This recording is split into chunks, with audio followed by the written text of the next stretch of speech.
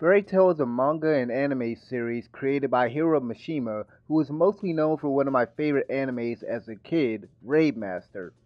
Back in June of this year, Mishima released a new manga series called Eden Zero, which I wanted to check out. However, at the time of its release, I realized that I never gave his previous series, Fairy Tail, another try. So from the last week of June until the last week of August, I decided to binge watch the entire Fairy Tail series. The first time I tried to watch Fairy Tail was back in 2009 when I was still in high school. I got 3 episodes in and I gave up as I found the show boring and I couldn't stomach how cheesy it was. Then in 2012, when I was in my second year of college, I gave the show another shot, this time getting around 15 episodes in before I gave up. Thankfully, I was able to get through the series this year by utilizing the anime filler list page to skip all the episodes that aren't canon. By excluding the filler episodes, I was able to cut a 277 episode anime down to 203 episodes. For the purposes of today's review, I'm going to exclude Season 8, which is the prequel series, Fairy Tail Zero. I will do a separate review for that very soon. I decided to start this review off by talking about my failed attempts to get into the series, to stress just how much I was willing to give this show a fair shot, despite it being labeled by the majority of the anime community as the bad friendship anime. For those of you unfamiliar with this particular anime, in the world of Fairy Tail, wizards form guilds and tackle an assortment of jobs. The show follows the adventures of the pink-haired protagonist, Natsu Dragneel, his cat-like friend Happy, and a new recruit to the Fairy Tail Guild, Lucy Heartfilia. At the beginning of the show, Fairy Tail is one of the strongest guilds in the Kingdom of Fayori, in which the show takes place. The first dozen episodes of the series were average at best, and didn't really leave a lasting impression. The first major arc, the Lullaby Arc, felt a bit premature given the goal of the Dark Guild in this arc. It was during this arc that two other guild members in Natsu's primary team are introduced, Urza Scarlet and Grey Fullbuster. Out of these four characters, I'd say that Grey and Urza have the most depth to them, but ultimately, Grey is the best written character.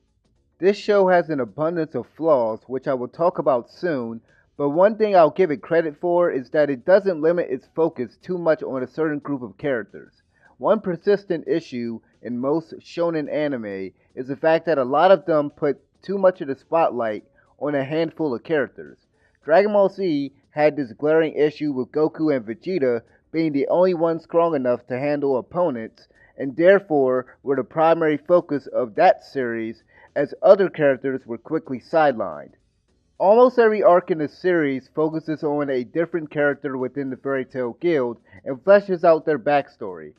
While not as often as I would have liked, by the end of the arc, some characters might actually change in a meaningful way. Despite the fact that some characters are left generally unaffected by the events that unfolded in a particular arc, at the very least, the extra attention given to secondary characters, such as Mary Jane, Elfman, and Loki, keep them from feeling one-dimensional. Unfortunately, by focusing on Natsu's teammates and other secondary and tertiary characters, the show almost completely neglects to develop Natsu in any meaningful way. Natsu got very little character development throughout the show, and the majority of his backstory wasn't revealed until almost the very end of the series. Natsu is easily one of the worst characters in the show, which is disappointing considering how unique his character design is for a shonen protagonist. The character is largely one note, usually loud, angry, and very, very destructive.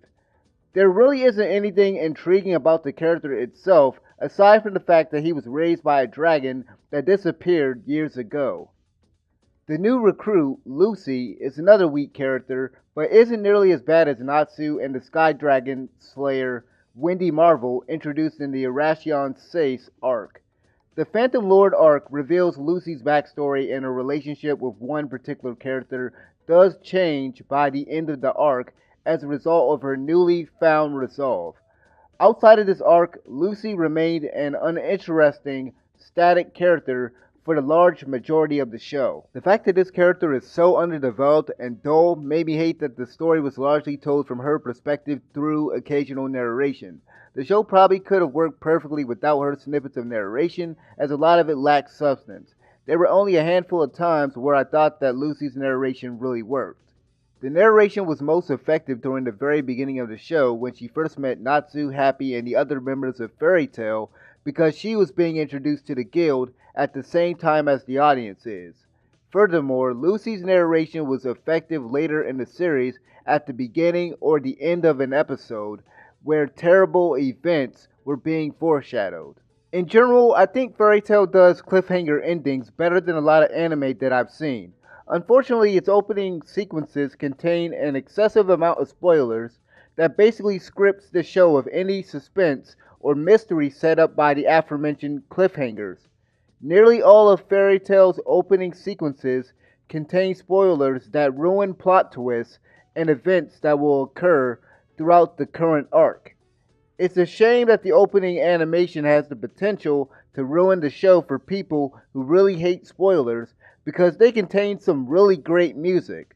This show is filled with a lot of humor, especially during the first dozen of episodes, which kept the show engaging despite some really, really bad writing. I can't stress enough how bad the writing in the show can get. After watching this series, I'm still questioning what the target demographic for the show is, because some of the jokes are quite mature, but everything else is written on a 7th grade level. The dialogue is cheesy, repetitive, and very heavy-handed, and also the voice acting varies in quality. To be honest, these flaws plague nearly every aspect of this show, from the way it handles its core themes of friendship and family to its basic story structure. The Fairy Tail Guild Hall is constantly getting destroyed and rebuilt, or guild members get attacked, then they swear to get revenge on whatever group opposed them. They might struggle a little when fighting whatever enemies they face, but 95% of the time, the members of Fairy Tail will always come out on top. Sometimes characters might be on the brink of death, but someone will always step in to save them and claim victory. The series has way too many last-minute saves, especially during the final arc, to the point where things got predictable. It quickly became apparent that characters weren't going to die, despite the show pretending that they were going to sacrifice themselves or get killed in a gruesome way. The series simply pulls its punches way too often, to the extent that some of the story arcs aren't as impactful as they could have been.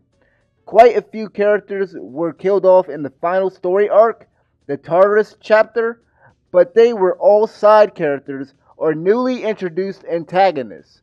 When someone from the Fairy Tail Guild doesn't get bailed out by one of their comrades and manages to defeat an enemy, it is usually thanks to some BS power-up or the power of friendship. There were so many times throughout the series where someone talks about their bonds with their friends and the power that can come from strong feelings toward others. As I alluded to earlier, Fairy Tail is very ham-fisted when it comes to emphasizing the theme of friendship and family. The audience is literally beaten over the head with cheesy dialogue about how the bonds between guild members give them strength. Here's a snippet of dialogue from episode 18 that proves my point. I can hear them. I can hear them. I can hear everyone's voices. I can sense everyone's feelings. I'm not alone. Everyone's feelings. They support me. They're what give me the will to stand and fight. There's an abundance of corny lines like that throughout many of the series' battles. There's nothing wrong with an anime using friendship and family as its main themes, but this series uses it like a crutch whenever the writers need to have the protagonist prevail. The first Naruto series uses these themes perfectly and is an excellent example of how to stress the importance of forming bonds with others without being excessive with it. Fights in Fairy Tail are at their best when Mishima decides to stop being lazy and give the characters a tough fight that they could only win by using their brains and not just simply using brute force. There are only a handful of fights that really stood out for me, and the animation generally isn't anything to write home about. Fairy Tail's animation is simply average at best. Another issue that stood out to me is the blatant amount of character shipping and fan service. Fairy Tail contains an excessive amount of fan service that could rival anime like Kill la Kill or Sword Art Online. There are dozens of scenes where females are scripted or clothed, and quite a few times where a scene is framed in a way that the character's butt or breasts seem to be the focal point. Usually, fan service could be an annoyance to some viewers, but it actually works against this show multiple times. For instance, in one scene where Natsu's team are having a serious conversation while walking toward their destination, the focus is entirely on Lucy's breasts for at least a full minute. This might seem like a minor nitpick to some people, but to me it was quite distracting and it took away from the serious tone. Furthermore, in one episode during the Grand Magic Games arc, which is one of the series' best arcs and is essentially this show's equivalent to the Chunin exams from Naruto, the show completely stops to display an abundance of fan service. Half of the episode is wasted on showing female wizards from every guild at the tournament in a variety of outfits. This was during the one-on-one fighting portion of the tournament, so it ultimately hurt the episode because there wasn't much fighting between the two characters. Also, during this rather large section of fan service, Mishima just couldn't help himself and had to remind the audience of the obvious character pairings. At one point, the male wizards start switching outfits to match their apparent love interests. This series constantly shoves it in your face that characters like Natsu and Lucy or Gajil and Levi are going to end up together, which I found incredibly irritating. Nonetheless, despite its numerous flaws, I found myself actually enjoying Fairy Tail. I love how lighthearted it is, and as I stated before, the series has a lot of humor in it, and that really helped to keep my attention. The show took a while to get interesting, but there are quite a few decent arcs, and the last few episodes ends the series on a high note. I'm not quite sure if I could recommend this anime simply because there are just way better anime to watch, and Fairy Tail is longer than it has any right to be. If I had to give it a score, I'd give it a 6.5 out of 10. I wish I could give it a 7, but it stumbles over itself way too much. Anyway, let me know what you guys think about Fairy Tail if you've seen this series before. If you liked the video, hit the thumbs up button. And thank you guys for watching. Thank you guys for listening. I'm out of here. This has been Fear No Hate. Peace.